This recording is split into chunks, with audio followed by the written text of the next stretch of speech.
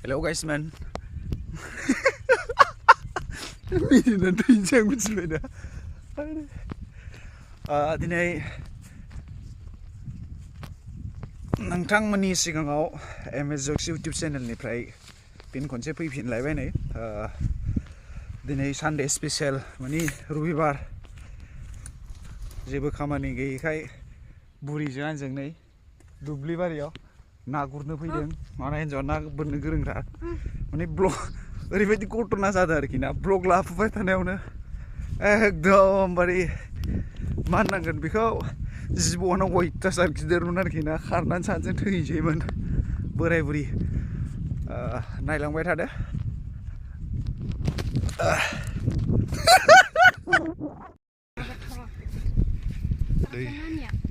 दैज्लां बोथोर माइ गायनाय बोथोर जाहांबाय हंनाय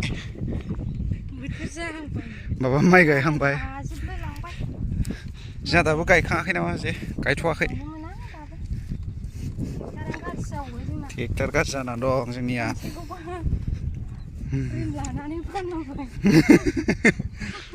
गिदिरखौ होनदो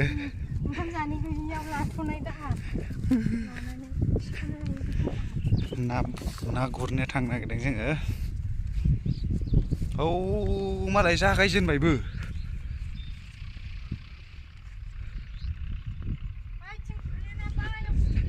थ' अबेथिं गुरो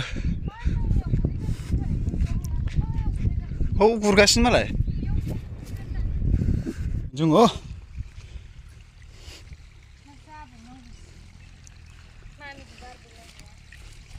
गुरजेन नागिरनायावनो दैयानो गैया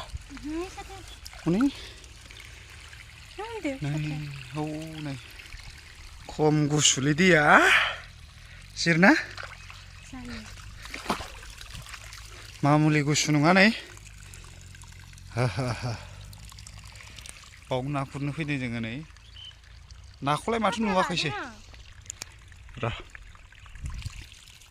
होननानै गुरनांगौमोन जिरना गुराखै मोनजेनाखै नामा नायानो गैया माथो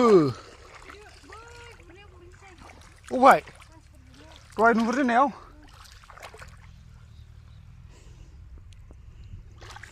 ओमफ्राय फैदो होमबा आं दै लायनोसै दै लायफिनसै आं र'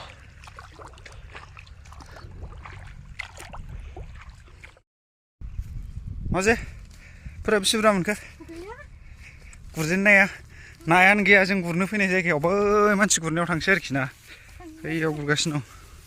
गांजेमाया सोर हमनायमोनलाय फार्स्ट टाइमाव आं गांजेमा बोरो देखायसै नै बोरो बागथाबजोबदोंसो नुवाखैनो हनै ना गुरनो फैनाया औ साथा लालायलायनानै नेदोंथ' जोंबो थांनि ना गुरनायाव एबार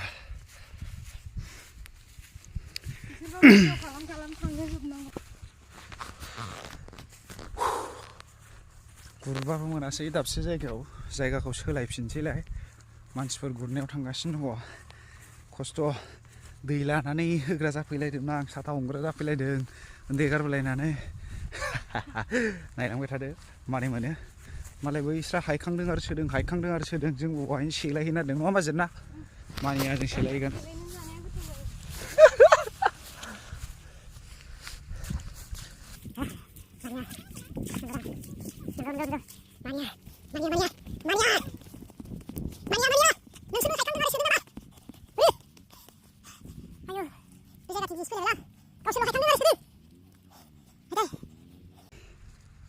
मोनबाय बाजै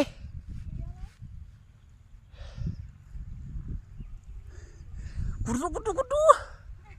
हायखांदो आरो सोदो दहाय साथामसो नुहुरदोंमोन ना माथो सोरमोन ए आं बेखौ बायदि मोनखादोंमोन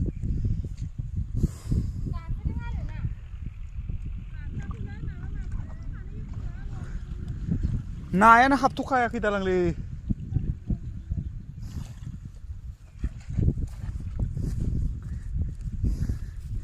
नैबे सायख्लुमाव दोनसैलां दैखौ दा लोंनोसै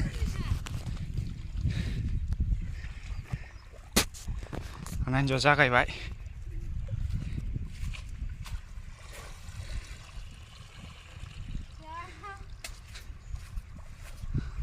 फार्स्टआव मोनजेनासै नामा गांजेमा मोनबा हामगौरा गांजेमा मानैसो मोनबाबो जाबायलै ना मावासो दंलै गोरलै गोरलैसो देरथ'वाखैलै नायानो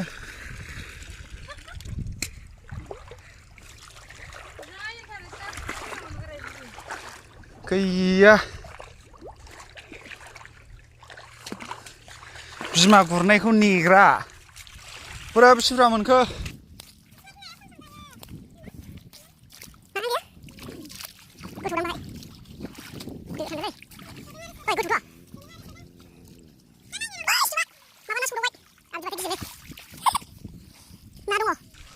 बोरै बाजै नाया हो थांसै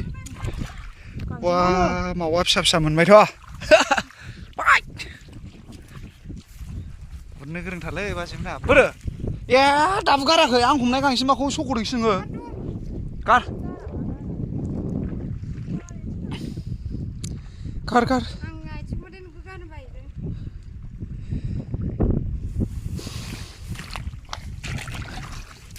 मोनदेरबा हामगौमोनब्रा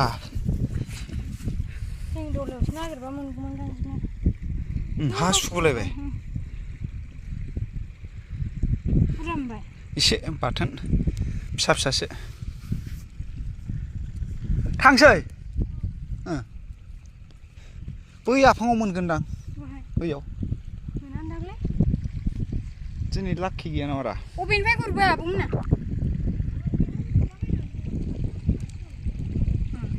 बुरजा मोनलांबाय दा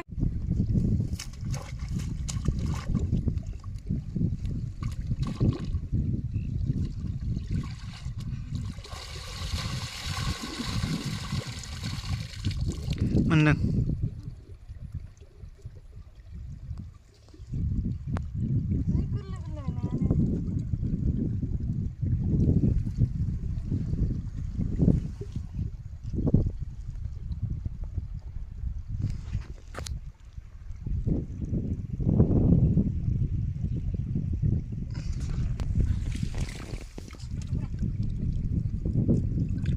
बांद्राय गोथौ नङा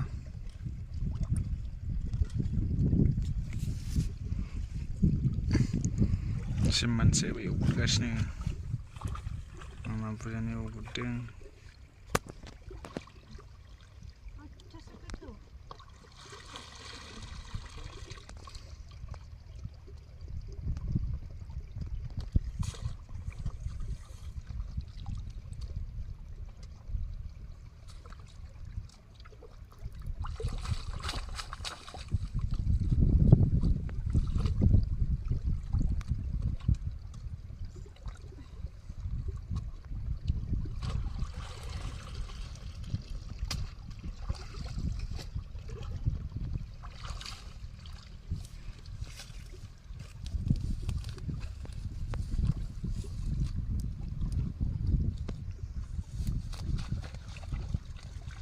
नास्राया बारगोन मोजाङै सम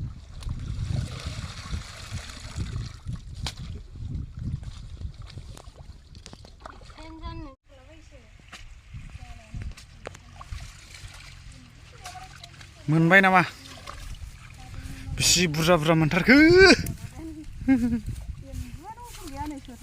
गोथाव जाथाराना आं नागिरनायखौ नागिरथारसै जिरलायनायखौ फुरा जिरना आया नै नाखिना जों एम्बुलदसो गैयालै जाम्बासो जानो बुस्थु बोरै जाखो दिनै आनलाखिथार नामा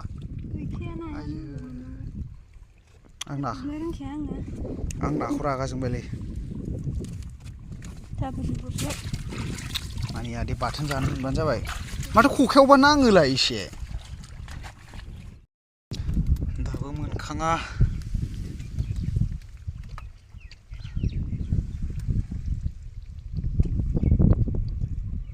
जाफबथारबाय नामा जिरना थिखोनो हालायै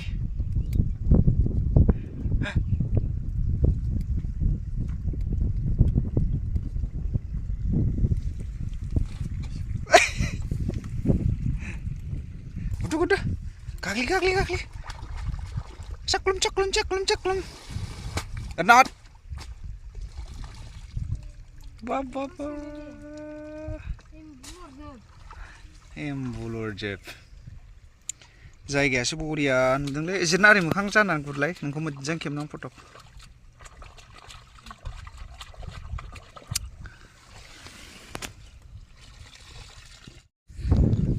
गुरखांनानै फैबाय नै नाखौ बेसेबां मोनखो नायानो गैया आरोना दैलांना दैजों सफैफिनजोब्बाय नै स्प्रेड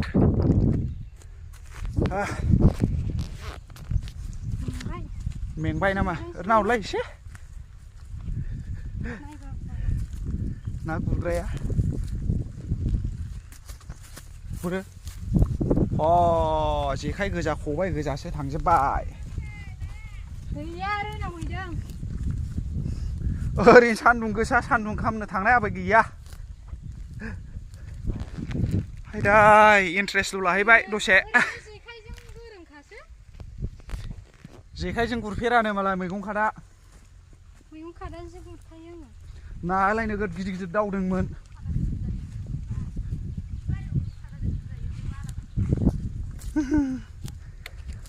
नास्राया बिराद गिदिर दावथारदोंमोन नालाय बाथोन खुनुरुखुमसो बाथोन जावना जावा एम्बु लरासो 20 गाहाम गाखोयो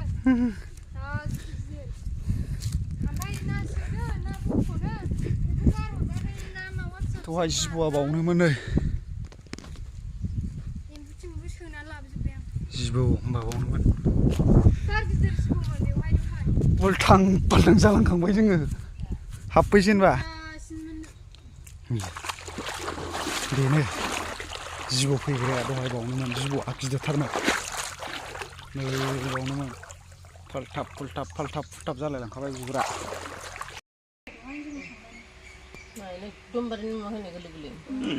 नाया नै बेल' ना गुरबोनाया मा जागोन जिरना औ बानलुजों नै एम्बुल' जायोबा